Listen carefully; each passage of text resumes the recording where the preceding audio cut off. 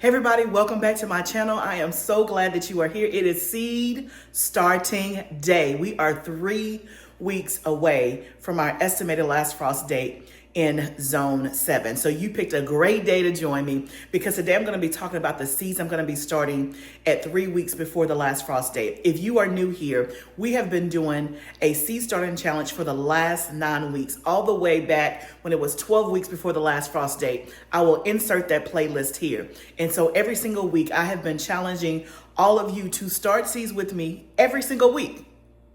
One of the reasons why this is so important is because many new gardeners will start their seeds at the wrong time. They'll start their tomatoes at 12 weeks when they really shouldn't be started until 8 weeks before your last frost date. And so what happens when you start things too early, you run the risk of them being root bound, prone to disease. And then when you start things too late, then you miss out some time that you could have had some vegetables, right? And so that's why it's important in this seed starting challenge every week. I'm showing you exactly what can be started at that interval before your last frost date. So if you're new, welcome, join the party. If you've been here, thank you so much for stopping by. So one of the things that I want to do up front is to just give a quick announcement that I am going to be live tomorrow night. That's right, tomorrow night on Wednesday at 6 p.m. Central Standard Time. I will be doing a live Q&A, the first one I have ever done. But it's only for my VIP members, okay? So if you're not familiar, I do have a YouTube VIP membership program. One of the things you get is member-only videos. You also get early access to videos. You get a 10% discount in our store to buy all the things. You also get priority reply to comments, all the stuff. So it is $4.99 a month. If you want to join, then go ahead. I'll put the link down as the first comment and you can join and sign up and especially make it into the live tomorrow night. It will be just for members. And so if you have a burning question, if you want to be able to interact with me live and get all your questions answered, I'm going to give y'all a whole 60 minutes, right? And so if you have questions, this is the perfect time to jump on and join the membership. Now, let's talk about our seeds. So part of what I do every single week is that not only do I tell you what I'm starting at that interval, but I'll also show you the seeds that you and I started together the previous week. That way, especially if you're a new gardener, you can see how things look as they grow because every crop kind of grows differently, right? And you'll see that today when I show you my beautiful corn. Oh my goodness, she is beautiful. She is beautiful. Okay, so I show you the progress that I've had. I show you any failures I've had and any ways to kind of circumvent that. But that way you get a chance to see and kind of say, am I on track or am I not on track? Now, if you're saying, Barbara, I'm not in your zone, how do I even relate to what you're doing? Easy. You may be before me or you may be behind me. If you're before me, then obviously, then you may have already started these things that I've started, or you may be getting ready to start them. The next thing is if you're behind me, then you can just know, hey, when I get to my 3-week interval, these are the things that I am going to plant, grow, sow, whatever the thing may be. But first, last week we started zinnias, we started squash, zucchini, and corn. Sunflowers was also on the list, but I did not get a chance to start my sunflowers. Last week was a week, okay? Let's just keep it at that. So I actually will be starting sunflowers this week, a week later than what I wanted to. But one of the things that's beautiful about doing it weekly is that one, you have momentum and consistency. But if you miss a week, most of the things that you're starting have a window. For example, sunflowers can be 2 to 4 weeks before your last frost date. So last week was my 4 weeks before the last frost date. This week is the 3rd week. So I'm still within that time frame. And sunflowers germinate and grow pretty quickly. So I'm still to the good. But let me show you how things are looking that we started just last week. Y'all, look at this corn. Is she not beautiful? She is beautiful. She is beautiful. Now, because I'm in my sunroom, let me see if I can, and of course you're seeing it under the grow lights, because again, for me to try to take it in the house and get you on the counter may be a little bit difficult, but let me see if I can get you a better shot of all the things that we grew just last week and how they are doing. Okay, I raised the grow light up so hopefully we can see. So this tray right here is squash. And so in the first quadrant of 6 is the honey nut squash. None of it has germinated. And when I say it was old seed, it was like 3 or 4 years old. And it was from you know who. Okay, this is honey patch from row 7, this quadrant here. You can see that I have really 6 out of 6. There's one popping up. The last one is popping up right there. So that's perfect. And then I have another quadrant of honey patch right there. Looks like I have 3 out of 6. So that's good. Here's the patty pan squash. I only got 1 out of 6, and I would prefer to have 2 just in case one doesn't do well, but I'm okay with that. It's just for me and my first time going to be tasting it. And then all of the rest of this is the cube of butter squash or crookneck squash. And you can see overall, we have pretty good germination. So no complaints there. Now let me put this one back vertical and show you the corn in this direction so you can see what it looks like. Now, look at our corn. This whole tray, which is 72 sales, it's all corn and it looks fantastic. You can see I have great germination. First quadrant, I got 4 out of 6. Then I have 3 out of 6. I have plenty that are 6 out of 6. So out of 72, I think I can't remember. I think I have at least 60. There's one that's just now popping up there. But for the most part, this all germinated within 3 days. At this point of the video, it is about 8 days old, and you can see the growth already, and they look fantastic. Next tray is going to be our zucchini. Now, this tray is our zucchini and okra. You can see it is also very beautiful. So this is actually the seed right there. If you've never grown zucchini, that's the seed right there. But you can see that it is growing very well. All of this is zucchini. And then over here is the okra. You can see when the landscape starts to change and how it looks different. So that's the okra versus the zucchini. And overall, I have, I did 24 okra, and it looks like I have 1, 2, 3, 4, 5, 6. I would say maybe 15 or 16 okra. So that's what, 60% or so. And then this very last quadrant, that is lemon basil. I got 6 out of 6. And then this is the cinnamon basil, 6 out of 6. So overall, we had good germination. So the only thing that you don't see are the zinnias, and they're actually in the house, and they did okay. So like I said, the zinnias did okay. I would say on germination rates, I would say it probably is like a 60 to 70%. It wasn't great, but I mean, hey, we'll take it. And we can always do more, which we are going to do more. And I did a flat of 72 zinnias. So I do a lot of flowers, plus I plan to sell those. So overall, last week went good, except we just didn't get our not okra, our sunflowers done. So we will definitely be doing that this week. Now, so as I talk about this week, going into week 3, as you know, weeks 8 and 4 were the biggest sowing weeks. We did like over 400 seeds at those 2 intervals. So before I sow seeds or start seeds for 3 weeks before the last frost date, what I've done is I have done another inventory. So remember, I did an inventory, I think between weeks 7 and 6 to see what I had. And so now I did another inventory 3 weeks later. That means I literally counted all the seeds that I have, what was germinated, so that I knew how many I had of what. Y'all, I have over 1,000 plants in between my house and my sunroom, over 1,000, almost 1,100 plants so far, and we have 3 weeks to go.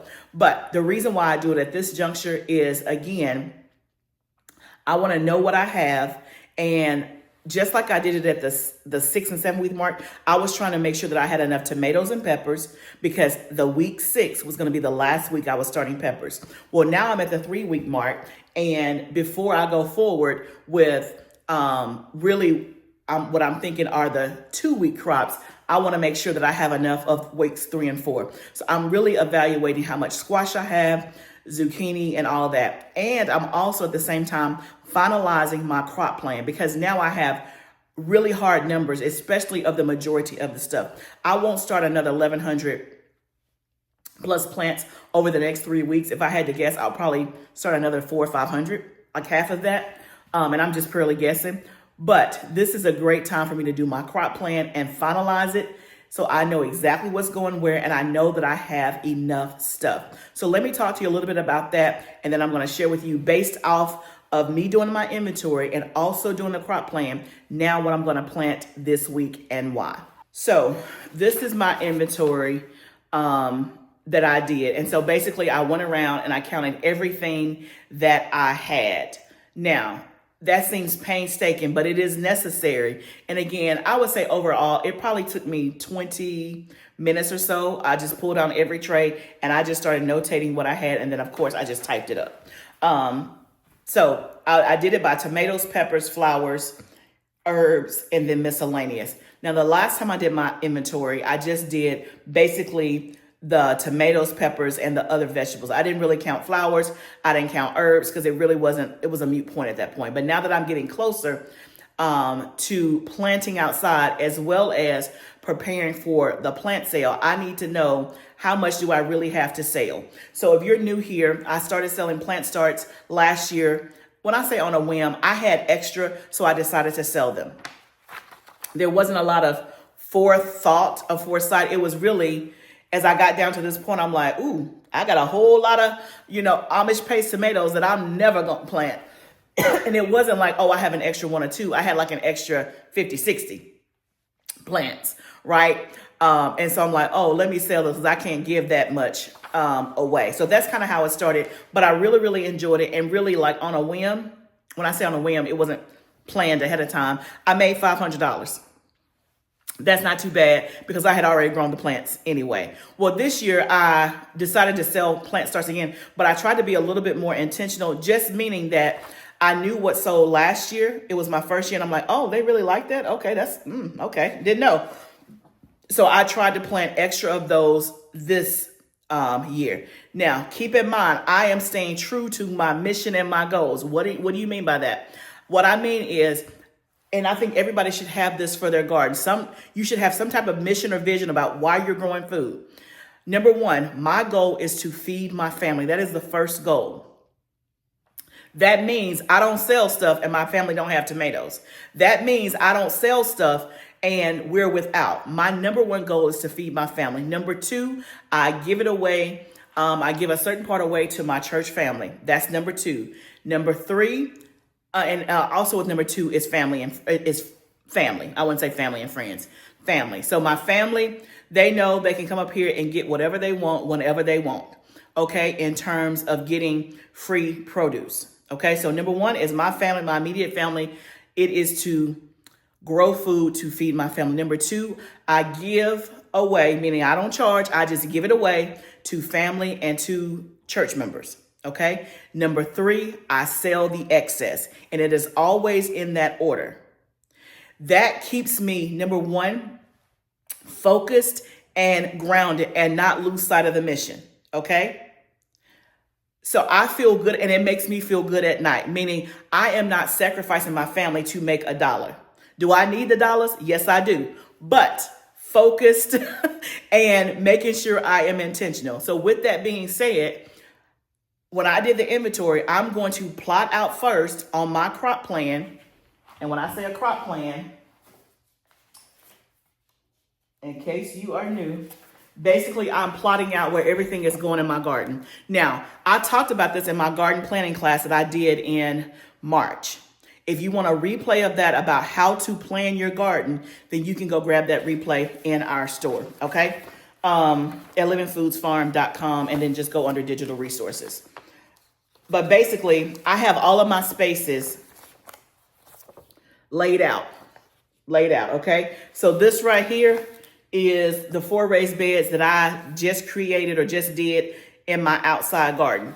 This is my in-ground garden. This is, what is this? My green stalks. This is I got my greenhouse in here somewhere. That's the raised beds behind my house. 5 squares, 5 raised beds. Anyway, you get the point. So I am plotting out everything to make sure. I know, like in my tunnel, I have 5 45-foot rows. And in each row, I get, I forgot that quick, I think it's 40 plants I can get. And then outside, I have 100-foot rows, and I can get 58 to 60 plants in one row. So if I am doing a row of tomatoes, I automatically know I need 60 tomato plants outside. So if I have, let's say, 120 tomato plants and I only need 60, then I know I have 60 I can sell. Hopefully that makes sense, okay? But when I did my inventory, y'all, I have over almost 1,100 plants. Just in sheer numbers alone. For tomatoes, I have 294 tomato plants. For peppers, I have 225 pepper plants. Sounds like a lot. I guess it is a lot, right? But I'm going to plot it all out first, and then I'll know, okay, exactly what I need for me. And then if I have space and time to sell more for excess, then we'll do that. So I'm going to come back and I'll tell you exactly what we're doing at 3 weeks in. So here's what I'm going to be starting this week at 3 weeks before the last frost date. So some of these are repeats, but I'm going to start with the new stuff. So the new things that I'm going to be starting at 3 weeks before are cucumbers, watermelon, and cantaloupe. So these are great items to get started around this time. So let's talk about cucumbers first. So the cucumbers that I'm going to be growing, one is a specialty cucumber called the Katrina, and it is by Johnny Seeds. I have grown this for the last 2 years.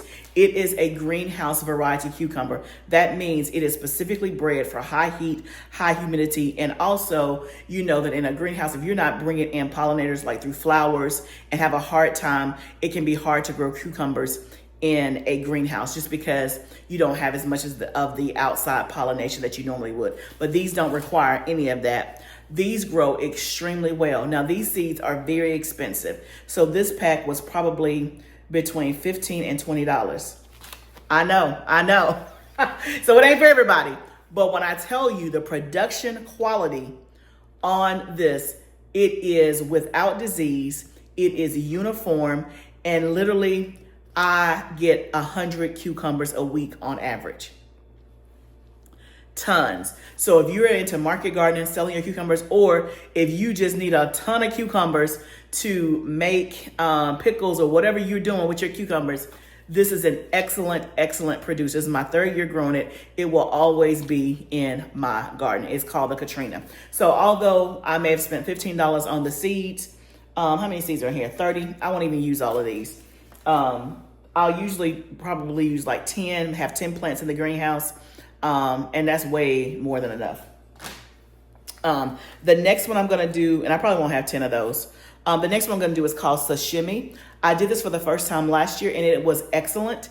It is almost like a long English style cucumber. Great producer, as well. Also, I'm doing the Socrates. I've done this one as well before. Great producer. And then I'm going to do a traditional straight 8. I've done this one many years. It's a great producer as well. It's just going to be your traditional straight 8, about 7 to 8 inches, hence the name straight 8. And typically I have never had a problem with cucumbers. Cucumbers was one of the first things in my very first garden that I grew successfully. They need to be trellised. And I have grown them obviously out in my backyard because that's where my garden started. My first year, I had great success. And then for the last 3 years, I have grown them in my high tunnel. For the first time this year, I'm going to try them in my outside garden. I don't know why it wouldn't work, but because I've never done it out there before, we're going to throw some cucumbers out there. So just make sure you have a trellis. So I will definitely be doing cucumbers. And then next are watermelons. So we probably do about 100 watermelons, not 100 plants. We produce or harvest over 100 watermelons each summer. Last year, my favorite variety is strawberry watermelon from Baker's Creek. It tastes amazing, produces really well. Last year, my seeds did not germinate hardly at all. So this year I'm trying again. But the first year I did it, I had no problems. This year I am trying again. I not only have these seeds, but I also have seeds that I saved from 2 years ago from the actual watermelon. So I'm going to try that and do a test between those seeds and this seed.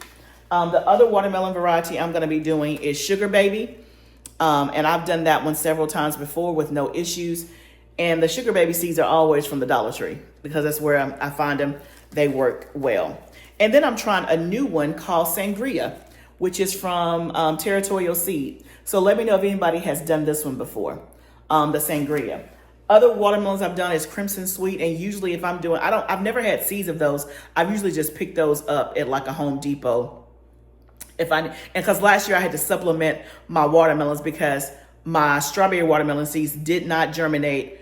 I had like 1 or 2 out of like 15. So I had to run and go buy and supplement for watermelons. And Crimson Sweet has done really, really well for me. And then I did Jubilee one year and it did well. So let me know your favorite watermelon varieties down below so I can add some to my list. So that's watermelon. And then I'm doing cantaloupe. I'm doing, I think, Hale's Best. But I'm using these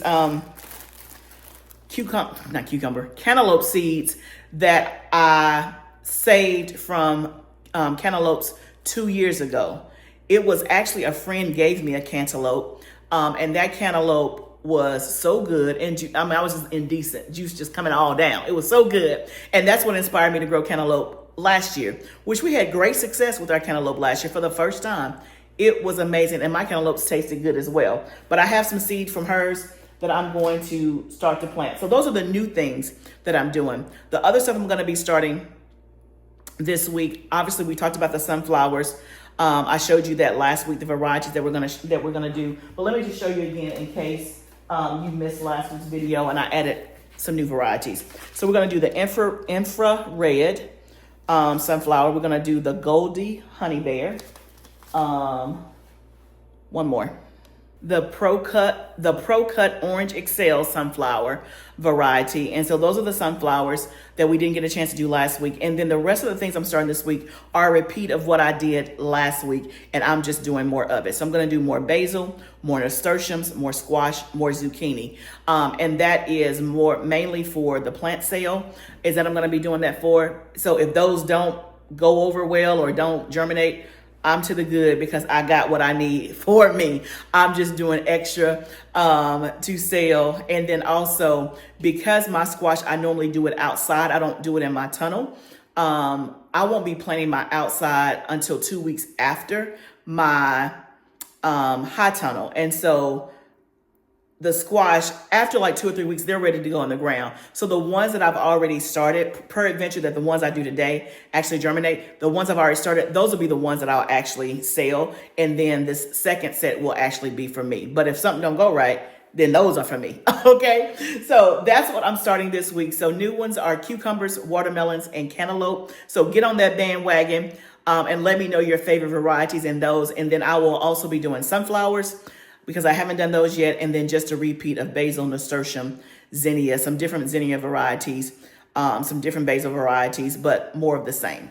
So that's what we have 3 weeks before the last frost day. Let me know how you guys are faring with your garden. Let me know if you've already passed your last frost date and you're planting stuff in the ground. Let me know. I am wishing you the absolute best gardening season. Cannot wait to see your comments. Remember, gardening is a journey. Let's grow together. I'll see you next time, friend.